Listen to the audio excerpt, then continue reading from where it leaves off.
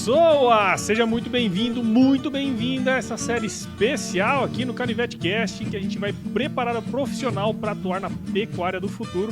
E nesse episódio aqui da segunda temporada dessa série, a gente vai falar aqui agora sobre as oportunidades para os profissionais que querem atuar aí com manejo de pastagem, entender um pouquinho mais desse setor tão interessante. E para falar com a gente sobre isso, estou aqui com nada mais, nada menos que Janaína Martuccello, que é professora na Universidade Federal de São João del Rei e criadora de conteúdo também na internet aí com seu canal Forragicultura e Pastagens. A Janaína é zootecnista pela Universidade Federal do Rio de Janeiro, com mestrado, doutorado e pós-doc em zootecnia pela Universidade Federal de Viçosa. Janaína, muito obrigado por estar aqui com a gente e seja super bem-vinda ao Canivete Cast. Ô, Paulo, eu que agradeço esse convite maravilhoso. Toda vez que alguém fala assim, Janaína, vamos falar de capim, vamos falar de pastagem, vamos embora. Não tem como negar, né? Porque é um assunto que eu gosto muito. É um assunto que eu gosto de falar, gosto de compartilhar, gosto de aprender, né? Então, muitíssimo obrigado pelo convite, pela confiança e bora falar de pasto.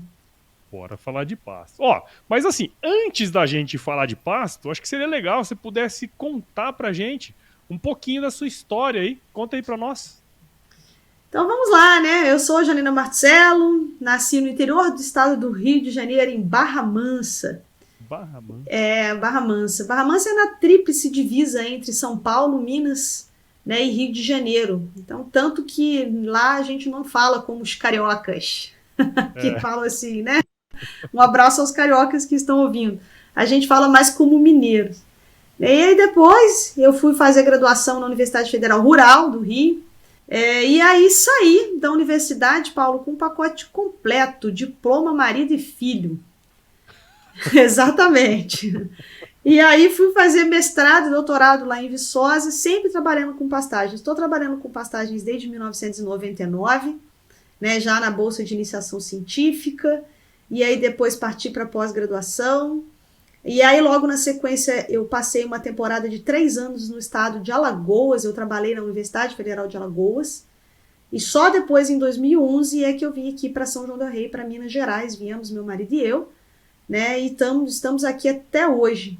E no meio desse processo todo, né, alguns livros escritos, as redes sociais que passaram a existir nesse contexto, artigos publicados, mestrados, doutorados defendidos aí com os meus estudantes, iniciação científica, e sou muito feliz com o exercício da minha atividade de ensino, pesquisa e extensão. Legal, bacana, cara. Assim, quem trabalha com pasto, né, tem essa questão de entender a planta, né? Acho que qualquer atividade, na verdade, mas aqui pastagem tem esse lance da relação o animal, planta, o meio ali, né? Que é uma relação complexa e que quando a gente consegue entender todo esse processo é muito interessante de trabalhar, né? Na verdade, o ecossistema pastagem, Paulo, ele é um desafio diário, porque ele se modifica a todo instante. Né? Então, vamos fazer uma suposição. Nós vamos conversar aqui hoje sobre um projeto de fazenda e nós vamos estabelecer que naquela manga você vai ter uma taxa de lotação de 1,8 unidade animal por hectare. Acabamos de estabelecer. Só que amanhã essa taxa de lotação já não é mais 1,8, porque esse animal ganhou 800 gramas, 1 quilo naquele dia, então já houve uma alteração. Então, as mudanças elas são constantes. O ecossistema de pastagem não é só complexo, mas também é muito dinâmico. Então, qualquer mudança de tempo, de clima que a gente tem, qualquer mudança de adubação, não existe receita de bolo. A resposta de uma planta forrageira num piquete não é igual ao do outro. É impressionante, nunca é igual. A gente está lidando com uma série de mecanismos biológicos, né, que faz esse ecossistema ser extremamente desafiador. Manejar pasto é um grande desafio. Exato, é verdade. E até puxando esse assunto, Janaína, a ciência por trás da utilização da intensificação de pastagem, provavelmente, ela é muito conhecida já, né? Se for analisar, até muitos produtores hoje utilizam, né, das técnicas, até com relativo sucesso, muitos deles. Só que a gente tem, por outro lado ainda, você vai concordar comigo, uma certa resistência, né? Não só de produtores, às vezes até técnicos, né? Que tem uma certa resistência a gente a utilizar as pastagens de maneira mais intensiva até, né? Na sua visão aí, o que você já rodou, o que você já viu, como que a gente pode trazer todo esse conceito teórico, né, que a gente conhece, está amplamente difundido, para a realidade de mais pecuaristas, assim? O que você acha que deveria ser feito, cara? Paulo, seu questionamento é interessante, porque nós temos já os pecuaristas que utilizam a ciência e a tecnologia para intensificar seus sistemas. Eles estão num grupo. O grupo restante, nós vamos precisar dividi-lo em 2 grupos para a gente começar essa conversa. Nós vamos ter o grupo que sabe que a tecnologia existe, que vai ter a resistência a utilizá-la, mas nós temos um grupo, e ele não é pequeno, Paulo, de pecuaristas que não sabem da existência da tecnologia. E é a ignorância no sentido estrito da palavra. Ele ignora esse assunto por completo, porque ele realmente não sabe. Por exemplo, se você perguntar determinados assuntos para mim sobre como fazer um design de interior, eu ignoro completamente esse assunto, eu não sei fazer. Né? Então, se você chega em determinadas fazendas, né, dependendo da região que você está, o cara realmente não sabe da existência daquela tecnologia. Então, esse grupo existe ou não é pequeno. Por exemplo, eu vou dar um exemplo claro para você em relação a isso. Uma tecnologia que, se você coloca na fazenda, que você tem baixo investimento e tem grande impacto no aumento na produção de forragem e de arroba e leite, por exemplo, é o manejo de pastagens por altura. É uma tecnologia que, para a gente que vive com ela todos os dias, me parece estar consolidada. Nós já temos aquele grupo 1 de pecuaristas que eu falei para você, que já usam altura como critério de manejo e que já viram as revoluções que isso provocou nas fazendas, ok? Mas nós vamos ter um grupo que sabe que existe o manejo por altura e que não quer usar porque manejar por dias fixos é mais fácil. Mas nós temos um grande número de pecuaristas que nunca ouviu falar que pasto tem que ser manejado por altura. E eu ouso dizer para você que isso é um número muito grande. Eu visito várias fazendas que os pecuaristas nunca ouviram falar de manejo por altura. Sim, mas não ouviram falar mesmo, Paulo. Entende? Então, isso eu estou dando um exemplo de uma tecnologia. Quantas outras é que vão existir por aí que a gente, né, não sabe, que não chegou da porteira para dentro? Então, o que acontece no sistema de academia e campo no Brasil, né, é um problema que ele se arrasta por um longo período. Esse problema é de longa data. Né? Há muito tempo, durante vários governos sucessivos, né, o sistema de extensão rural no Brasil ele foi sucateado, ele vem sendo sucateado, né, durante muito tempo. Né? E para mim, Paulo, se me permite fazer uma reflexão, é inadmissível que um país que tenha 23% do seu PIB galgado na agropecuária não invista em assistência técnica e extensão rural. E eu estou falando de política, tá, de Estado, não de política de governo. Né? Então, é inadmissível que o investimento não vá para isso. Né? A gente investe em tantas outras coisas, né, mas faltar investimento para esse setor da economia que tanto representa, tem tanta representatividade no PIB, para mim é um absurdo. Sucatear o sistema de extensão rural no Brasil é um assassinato, né, para a nossa própria economia. Então, tem um elo entre a academia e o campo que está rompido há décadas. Sim. Nós precisamos resolver esse elo.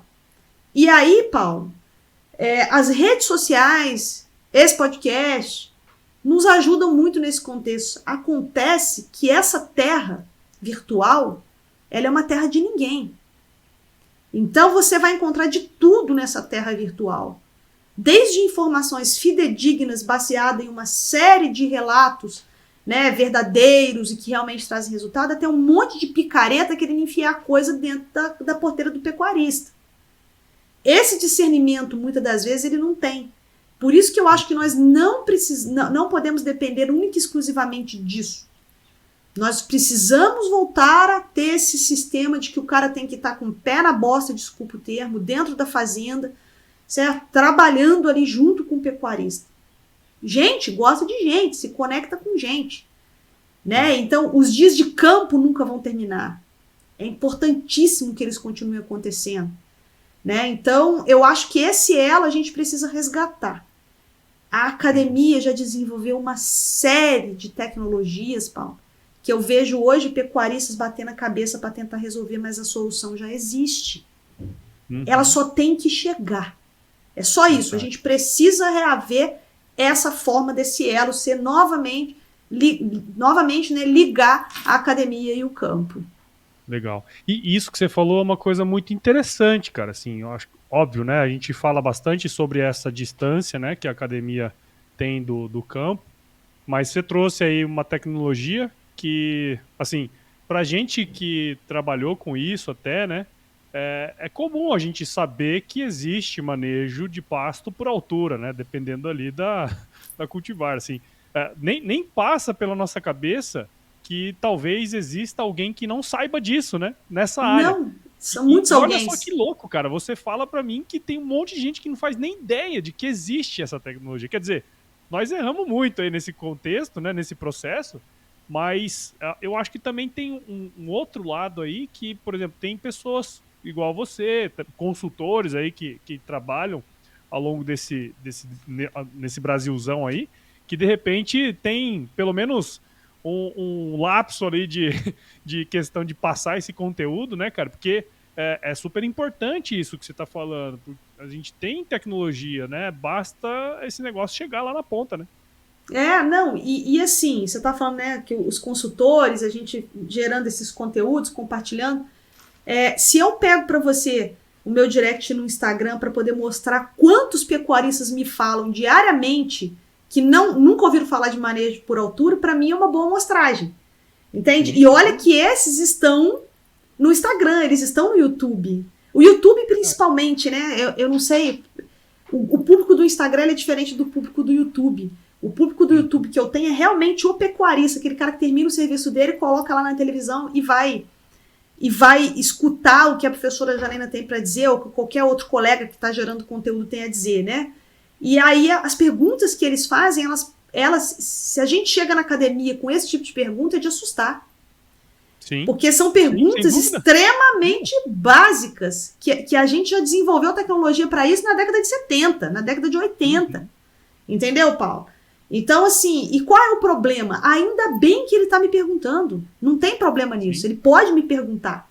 Porque aí, a partir disso, Paulo, eu gerei o quadro. O produtor pergunta, eu respondo. E eu não preciso fazer mais nada. Eu não preciso mais inventar nada para botar no YouTube. Basta eu chegar e responder essas perguntas, que eu tenho conteúdo para todos os dias da semana, todas as semanas do mês, todos os meses do ano.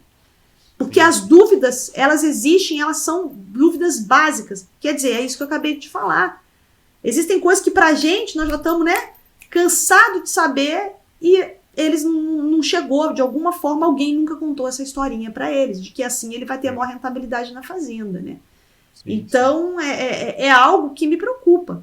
Hoje, eu considero isso como uma missão, sabe, Paula? Eu tenho essa missão, eu assumi isso como uma missão, de pegar os trabalhos que meus colegas fazem na instituição, que eu estou fazendo, porque eu continuo fazendo pesquisa, que é uma grande paixão, né, para poder levar para os pecuaristas, sabe? Eu acho que eu vou fazer uma meia-culpa também, né, e aí todos os colegas que estão me ouvindo, nós quando geramos nossos projetos de pesquisa, e aí é realmente uma meia-culpa, tá?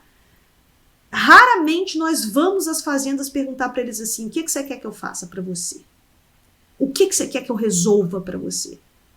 Eu coloco a problematização, eu faço a hipótese do meu trabalho e eu mando o meu projeto para uma empresa de fomento. E desenvolvo aquele projeto. Quando, na verdade, hoje, eu reconheço que tem que ser o inverso. Eu tenho que ir lá e falar o que você quer, como é que eu posso te ajudar. Então é isso que eu vou pesquisar. Né? E ter feito essas redes sociais que me colocam em contato com mais de 150 mil produtores, somando todas elas, né, me fez entender melhor essas demandas e essas angústias e essas dores, né, deles, que são muito básicas para a gente, mas que a gente tem um trabalho imenso pela frente. Nós temos muita ainda estrada para trilhar, para fazer essas tecnologias maravilhosas que a gente desenvolve chegarem até eles. E até sobre isso que eu quero falar com você, né? Porque assim, você só no seu perfil do Instagram tem 80 mil. Você falou aí que juntando tudo tem mais de 150 mil pessoas ali, né, que estão interessadas em saber mais sobre esse tema tão interessante que é pastagens, né? Afinal, você está produzindo conteúdo sobre isso, né? E se eu fosse voltar num passado não tão distante assim, né, Janaína, para alguém aprender com você, ou ele tinha que estar numa sala de aula contigo, ou ele tinha que assistir uma palestra sua, de alguma forma ele tinha que fazer. Mas a tecnologia, olha só que maravilha. Você está aí em Minas, eu estou aqui em Mato Grosso, nós estamos gravando via uma tecnologia, né, que nos possibilitou fazer isso e revolucionou esse processo, vamos dizer assim, esse processo educacional, com todas as aspas possíveis, né? No caso do manejo de pasto, Janaína, o que você acha que vai ser a próxima revolução? O que a gente pode esperar do futuro quando a gente fala, assim, a educação foi transformada, foi revolucionada. O que você acha que vai acontecer no caso de manejo de pasto, por exemplo? A grande revolução do manejo de pasto vai ser, sabe qual, Paulo? Aprender a manejar pasto. Essa vai ser a revolução. Porque nós ainda não aprendemos. Não aprendemos. Não aprendemos. Então não adianta trocar o capim para revolucionar a produção animal em pastejo. Eu preciso trocar o capim. Eu preciso achar o capim milagroso. Não adianta eu trocar a genética do meu gado porque agora eu tenho a melhor raça. Se eu não aprender a manejar pasto. O que vai revolucionar a nossa pecuária não é IATF, não é a transferência de embriões, não é a adubação, não é o calcário. O que vai revolucionar a pecuária brasileira é o pecuarista aprender que o capim é o bem mais precioso que ele tem dentro da fazenda. Então, quando a gente espera uma revolução, ela vai vir nesse sentido. Porque, observa, você vai chegar em fazendas que têm assistência técnica, até essas fazendas que são um pouco mais intensificadas, tá? O cara paga alguém para fazer IATF para ele paga alguém para formular as dietas, mas a porcentagem do camarada que paga alguém para cuidar dos seus pastos é muito pequena. Tanto que se eu perguntar para quem está nos ouvindo aqui hoje, quantos consultores de reprodução você conhece? O cara vai encher a mão, os pés junto, né? Quantos consultores de nutrição, quantos nutricionistas, formuladores de ração você conhece? Se você perguntar quais são os consultores de pastagem especificamente no Brasil, eu digo para você que eu vou encher uma mão aqui, eu te falo todos eles. Consultores de pastagem especificamente, entendeu, Paulo? Uhum. Por quê? Porque a gente ainda não entendeu que a revolução ela vem daí. A gente só vai transformar a nossa pecuária quando a gente aprender a manejar pasto. Paulo, veja bem, nós temos uma taxa de lotação média nesse país de, no máximo, 1 unidade animal por hectare. 1 unidade animal por hectare. Tá? Nós precisamos dobrar a taxa de lotação do nosso país. E isso é absolutamente possível. Nós temos 2 formas de dobrar essa taxa de lotação. Ou nós vamos dobrar nosso rebanho e vamos tentar imaginar um Brasil com 400 milhões de cabeças. Não tem nem logística para isso, Paulo. Verdade. Não tem. O que nós vamos ter que fazer? Ou você dobra o rebanho ou você diminui a área. Qual é o caminho? É diminuir a área. Vamos continuar com os nossos 200 milhões de cabeças. A cada ano isso já tem acontecido. A cada ano as áreas de pastagem no Brasil estão diminuindo e está ficando na atividade o pecuarista que sabe manejar pasto e trabalhar com o dobro da taxa de lotação. Uhum. Quem sai da atividade é o camarada que não sabe manejar pasto, porque ele não consegue colocar o dobro dessa lotação média. Ele não consegue entender do ciclo pecuário, saber quando vender, quando comprar. Ele não consegue entender de planejamento forrageiro para que ele consiga fazer uma reserva. Né? Então, a grande revolução, Paulo, ela vai vir na pecuária brasileira quando nós aprendemos a manejar pasto. Como faz a Nova Zelândia, por exemplo. É aí que eu espero a revolução. Não é com troca de genética, nem de capim, nem de gado, não é com adubação. A revolução é muito mais simples do que a gente imagina. É com manejo. E isso faz todo sentido quando você pega, tem algumas áreas, né, que foram formadas, sei lá, 30, 40 anos. Pega lá na Exalc mesmo, onde eu já fui. Tem um módulo lá de capim elefante, cara, que é manejado em pastejo. Né? Então, isso só prova que não é uma mudança de espécie forrageira que vai fazer o negócio, né, revolucionar. Óbvio que a gente tem que aprender mesmo a manejar pasto. Mas você falou uma coisa aí que é muito interessante. Porque assim, a gente fez uma série de entrevistas agora com consultores, né? E aí quando a gente foi conversar, eu falei, bom, quem que nós vamos trazer? E aí eu falei, cara, não tem tanto assim. Não tem muita gente que manja e que faz esse trabalho, né? E aí, a hora que você conversa com essa turma, você percebe que, no fim das contas, ele adora esse trabalho com pasto, mas ele tem que aprender um monte de outras coisas para poder aplicar aquilo ali na fazenda. Ele tem que aprender de gente, afinal não está lá todos os dias, né? Ele tem que aprender de gente, ele tem que aprender de uma série de outras coisas, né, inerentes ali ao sistema de produção. Mas eu queria aí dar uma cutucada, cara, porque assim, por que você acha que existem tão poucos profissionais com essas habilidades, né? E uma outra, quais as oportunidades que você enxerga para esse tipo de profissional, assim? Então, a questão é a seguinte, tem pouco porque tinha pouco serviço. Entende? Então, assim, você não tem tantas pessoas interessadas em melhorar o seu manejo de pastagens, eu não vou me especializar nisso, entendeu? O que acontece? O pessoal da agronomia quer trabalhar com as grandes culturas. Vai lá para a soja, vai lá para o milho, vai trabalhar com doença de hortaliça, né? Vai trabalhar com as coisas inerentes à agronomia. O pessoal da zootecnia quer trabalhar só com bicho, é nutrição, é fazer bicho produzir mais, tal. Então a gente ficou com um vácuo ali que até hoje a gente ainda fica meio, quem é que vai preencher aqui? Qual que é o profissional do manejo de pastagens? Quem que está habilitado para poder fazer isso? Né? Então a gente tem poucas pessoas que se dedicaram integralmente a entender especificamente de manejo de pastagens, porque nós também não tínhamos um mercado que absorveria muito essas pessoas. Eu escutei um consultor, né, um das antigas aí, uma pessoa por quem eu tenho uma grande admiração, numa palestra falando, gente, eu tenho muita vontade de parar, eu já quero parar, mas não consigo parar. Porque só sou eu, entendeu? Poucas pessoas conseguem fazer o trabalho que eu tenho feito, eu não tenho conseguido treinar as pessoas para poder fazer isso. Né? Então, existe ainda um déficit.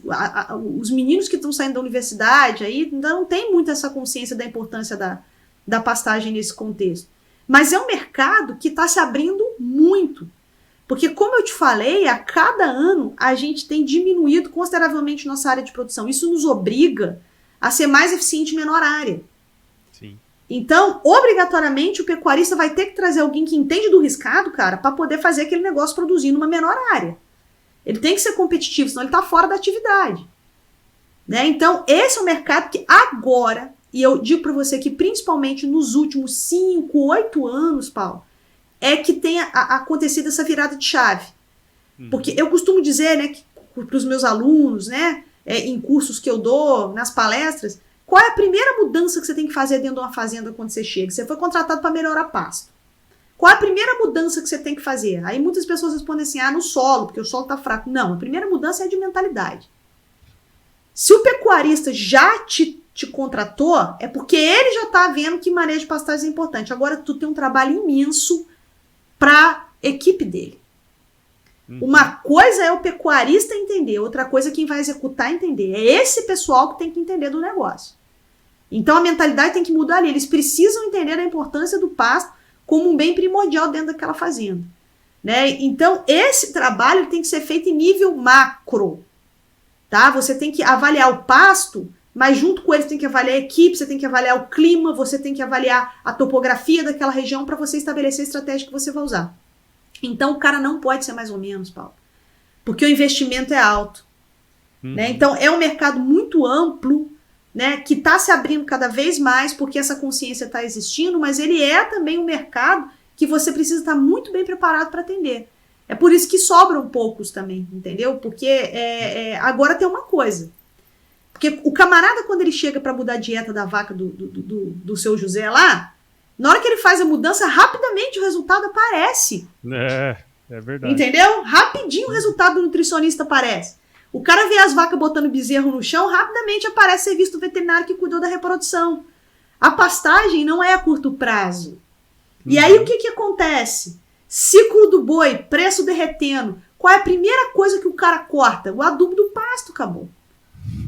Ele não dá continuidade no trabalho. A primeira coisa que ele corta é isso, é qualquer manejo de pastagem que está sendo feito, ele corta quando ele está com o preço derretendo. Entende? Então é um desafio muito grande, mas eu vejo como um mercado muito promissor, né? E assim, eu sou muito suspeito para falar disso, né, Paulo? Porque eu acredito na pecuária pasto. Eu não só sou uma entusiasta da pecuária pasto, mas eu acredito que no Brasil o futuro da pecuária pecuária está no pasto. Ninguém tem condições de solo, de clima, como as nossas, para poder produzir animal com baixo custo. A forma mais barata de se alimentar o seu rebanho é no pasto. Se nós estamos, Paula, onde nós estamos, com uma unidade animal por hectare, imagina quando a gente ficar bom nesse negócio. Ninguém segura esse país. É verdade, cara. E olha só que interessante isso que você falou, né? Tem um mercado se abrindo aí, existem poucos consultores que estão se especializando de fato nesse processo.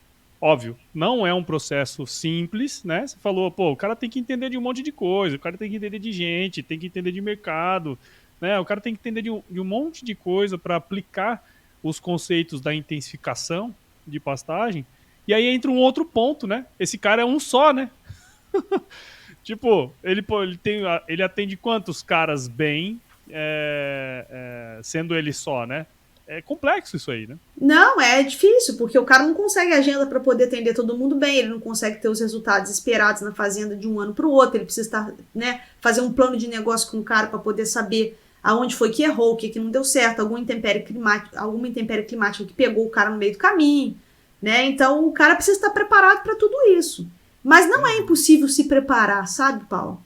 Sim. É uma coisa que o dia a dia vai te ensinar muito. Uma coisa que a gente não tocou aqui, esse é o cara que tem que entender também de economia. Você tá entendendo? Porque, claro, veja bem, se eu chego para você e falo assim, Paulo, vamos colocar 200 kg de nitrogênio por hectare nos seus pastos aí, beleza? Beleza. Os pastos vão responder? Vão, ainda mais se o resto estiver tudo ok. Calagem, adubação fosfatada, choveu. Só que essa dose de 200 kg, ela se paga? Ela é uma dose econômica? O cara tem que saber fazer essa conta. Economicamente, qual é a dose que vai me dar o retorno? Por exemplo, aqui na minha região, essa conta já está feita. Eu tenho estudo planilhado. Aqui na minha região, a minha região, gente, ela é especificamente assim, formada por minifundos de produtor de leite. Nós temos uns ou outros produtores de gado de corte. Mas para a produção de gado de corte aqui na minha região, para cria, tá? Se eu aplicar doses superiores a 25, 30 quilos de nitrogênio, eu não pago a conta. Eu tenho que ser eficiente com isso. Sim. Então, isso aí tem que estar... Assim, ó, qual é o seu poder, né, de fogo para você fazer o investimento? Como nós vamos planejar tudo isso? Né? Então, o cara tem que ser bom em todos os aspectos. Mas foi o que eu falei para você, não é difícil ser bom. Basta o cara se dedicar, entendeu? Porque, assim, quando o resultado começa a aparecer também, ele é um resultado exorbitante, ele explode. Né? Ele é um resultado mais demorado, mas você demora, às vezes, 5, 8 anos para transformar uma fazenda, para tirar ela de uma taxa de lotação. Isso eu já vi acontecer, já fizemos acontecer, uma taxa de lotação de 0,9 A por hectare, para ele chegar a 4,2 no final de 8 anos. Uhum. Entende? Com desempenho ainda, né? Com desempenho e, ó, o mais importante, lucratividade. Entendeu? Porque não adianta você ter uma fazenda que tem 4,2 UA por hectare e ela tem uma lucratividade menor do que aquela que tem 1,2. Eu fico com a de 1,2. Sim. Não é só aumentar a lotação. Ser consultor de pastagem não é só você chegar lá e aumentar a lotação. Não, sem dúvida, né, Junane? Assim, não é só chegar lá e fazer só esse trabalho, né? Tem um monte de trabalho ali por trás que o cara precisa fazer, né? Para poder, de fato, entregar esse resultado aí pro produtor, né? Olha um exemplo, Paulo, bem interessante, né? Que isso quem acaba resolvendo é consultor de pastagem. Tem uma fazenda que a gente fez uma ação, nós conseguimos subir lá a taxa de lotação dele de acho que era 1,3, né? Para 1,5. Ah, mas essa mudança de lotação é pequena, mas nós conseguimos melhorar muito o desempenho do gado deles, fazendo, sabe o quê? Aguada. Olha aí. Só mexendo na aguada, não precisamos mexer quase nada nos pastos.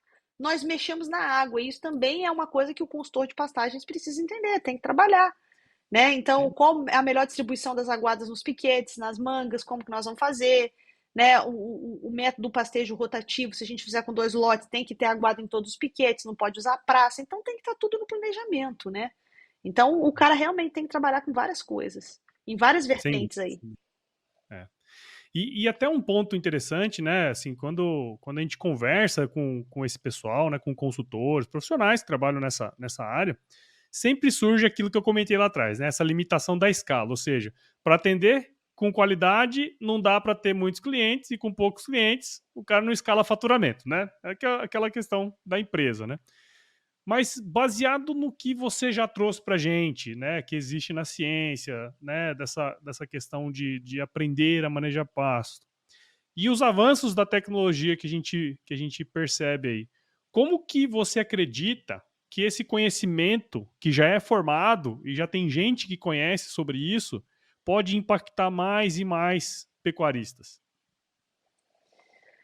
Eu acho que chegou o momento, sabe, Paulo, dessas pessoas que entendem da coisa começarem a ser propagadores de conhecimento para outras pessoas que vão para a porteira também. Né? Então, Uhum, realmente, o conhecimento é aquilo, né, que quando você divide, você multiplica, né?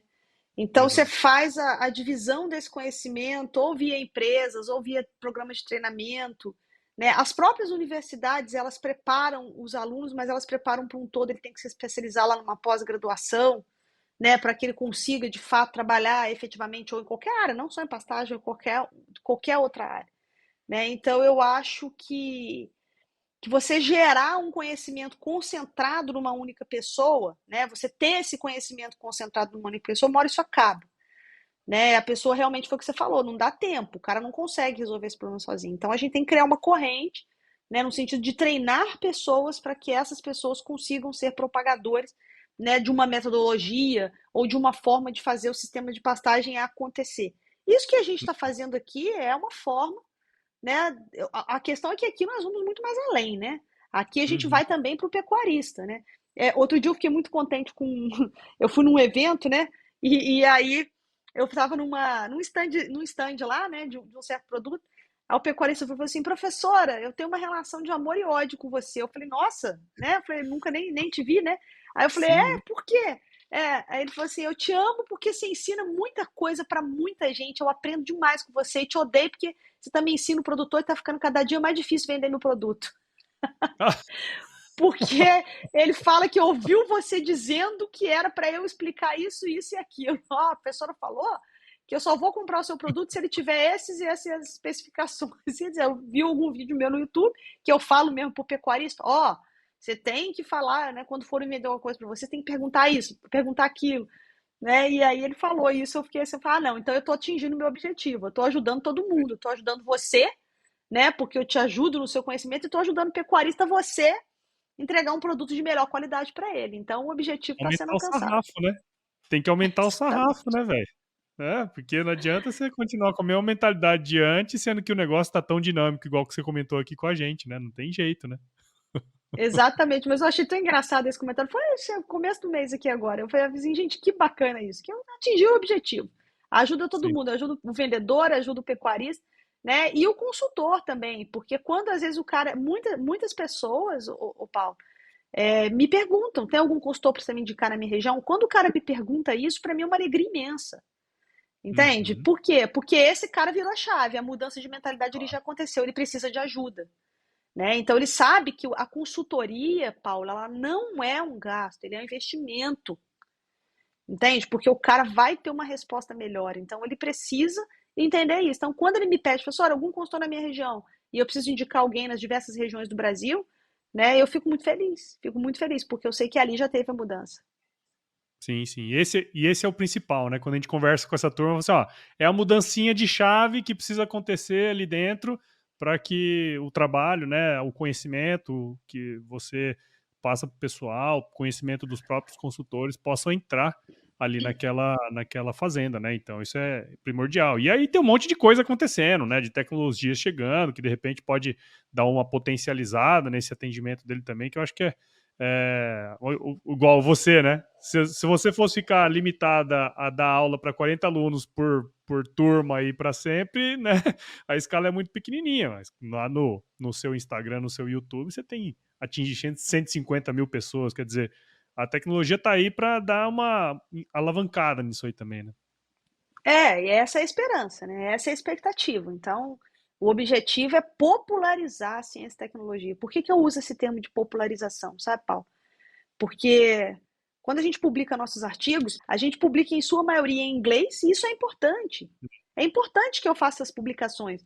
Por quê? Porque isso precisa ser validado pelos meus pares. Eles precisam saber que o trabalho que eu estou fazendo ele faz sentido, que esse trabalho, né, biologicamente está correto, ele foi conduzido de uma forma certa, estatisticamente ele está bem, né, bem desenhado, né? Isso é importante, só que não basta. Essa é a minha opinião, não basta. Eu fazer essa pesquisa e deixar ela publicada em inglês, né, ali na internet, num site que poucas pessoas acessam. E é por isso que eu resolvi ir atrás, né, de popularizar isso. Por isso que eu chamo de popularização, que é só uma tradução. Muito bom então, Janaína, assim, foi super legal bater esse papo contigo, até porque você tá aí no front, né, além das pesquisas, você tá... Tem um podcast que eu escutei uma vez, né, do Leadercast, que ele fala assim, que um médico foi lá e ele falou, cara, você precisa sentir o hálito do paciente, sabe? E você ir pro campo, você precisa sentir o que está acontecendo ali, né? Eu acho que isso é uma coisa importante e que dá, obviamente, o respaldo aí para a gente poder passar esse conhecimento com segurança, né? Então é muito legal ver o trabalho que você tem desenvolvido aí ao longo desses últimos anos, não só na universidade, mas nas redes sociais também. Então, queria agradecer demais sua presença aqui no Canivete Cast. A gente poderia ficar aqui por horas conversando sobre isso, né? Porque é um assunto super legal. Mas tenho certeza que quem está do outro lado aprendeu tanto quanto eu aqui. Muito obrigado e parabéns pelo seu trabalho, viu? Eu que agradeço e vou dizer para você, que pena que acabou. Que é sempre bom falar sobre esse assunto. O convite está aberto. Então tá bom, pode contar comigo para o que você precisar aí. Agradeço muito, eu queria, né, deixar uma mensagem final, se você me permite, a todos que estão ouvindo a gente, né? Só reforçar o que a gente comentou aqui, que a grande revolução da pecuária brasileira, ela vai vir do manejo de pastagens. Então eu acho que é nisso que nós temos que concentrar os nossos esforços, né? E é aquilo que eu sempre digo para quem me escuta. A gente vai mudar quando a gente acreditar que pasta é lavoura, dinheiro é capim e produzir a pasta é mais barato. Isso aí. Muito bom. Janaína, conta aí pra gente, para quem quiser seguir o seu trabalho, onde que a gente pode encontrar?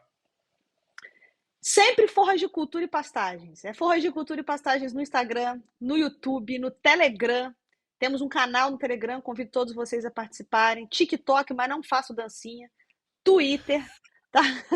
Estamos aí em todas as redes sociais, Facebook, sempre Forras de Cultura e Pastagens. E o blog, que eu convido vocês a visitarem, www.pastoferte.com. E aí tem lá o blog também para vocês. Show. Muito bom. Vai estar tudo na descrição aqui do episódio. E para você que ouviu esse episódio até agora, tenho certeza que você viu o valor em tudo que a Janaína contou aí pra gente. Então considere compartilhar esse episódio aqui com alguém que vai se beneficiar desse conteúdo. Afinal, o podcast ele cresce na medida que você participa junto com a gente desse processo. Então, siga o Canivete Cast em seu agregador de podcasts favorito e acompanhe também os episódios aqui no Agro Resenha Podcast e, obviamente, no YouTube da Conex. Lá no YouTube vai estar o videozinho que a gente está gravando aqui. Siga a Conex Agro também nas redes sociais, basta buscar lá por @ConexAgro no Instagram, Facebook, LinkedIn e visite o site da Conex aí também para entender um pouquinho mais das soluções dessa turma aí, certo? Janaína, de novo, sempre me despeço dos meus convidados aqui com uma frase de muita sabedoria, viu? Que é a seguinte, se chover não precisa molhar a horta aí não, tá bom? Um abraço. Obrigado.